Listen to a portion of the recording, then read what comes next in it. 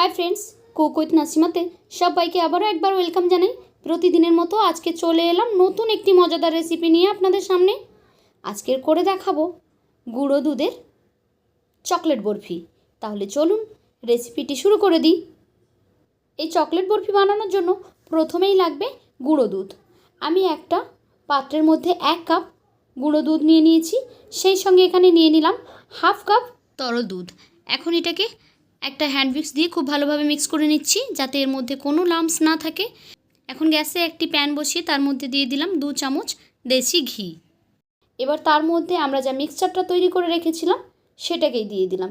এখন কন্টিনিউ নাড়াচাড়া করে এটাকে একটা ঠিক ডো বানিয়ে নেব আমরা। যতক্ষণ না এটা ঘন হচ্ছে ততক্ষণ নাড়তে হবে।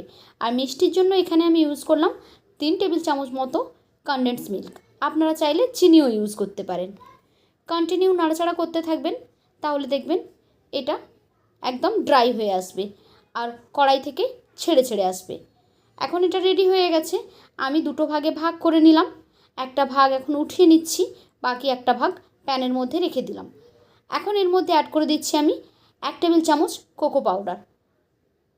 এই ডোটাকে কোকো পাউডারে মিক্স করে নিলাম। যেহেতু চকলেট বরফি বানাবো সেই জন্য এটা কোকো পাউডার দিলাম। চাইলে আপনারা প্লেন ডো দিয়েও বরফি বানিয়ে নিতে পারেন। এখন দেখুন এখানে আমি একটা পাত্রের মধ্যে সেট করে নিচ্ছি। প্রথমে সাদা ডোটাকে দিয়ে দিলাম, এভাবে স্প্যাচুলা দিয়ে স্প্রেড করে দিলাম।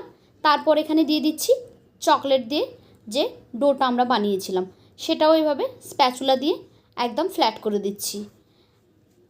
এর উপরে আমি কিছু ড্রাই ফ্রুটস ছড়িয়ে দেব। তারপর এটাকে আমি ফ্রিজে রেখে দেব আধ ঘন্টার জন্য। একদম এটা সেট হয়ে যাবে। ফিরে আসছি আধ ঘন্টা পরে। এখন দেখুন আমি কেটে নিচ্ছি এভাবে চারকোনা চারকোনা করে। বাস রেডি হয়ে গেল আমাদের চকলেট বরফি। তো কেমন লাগলো আজকের আমার এই রেসিপি?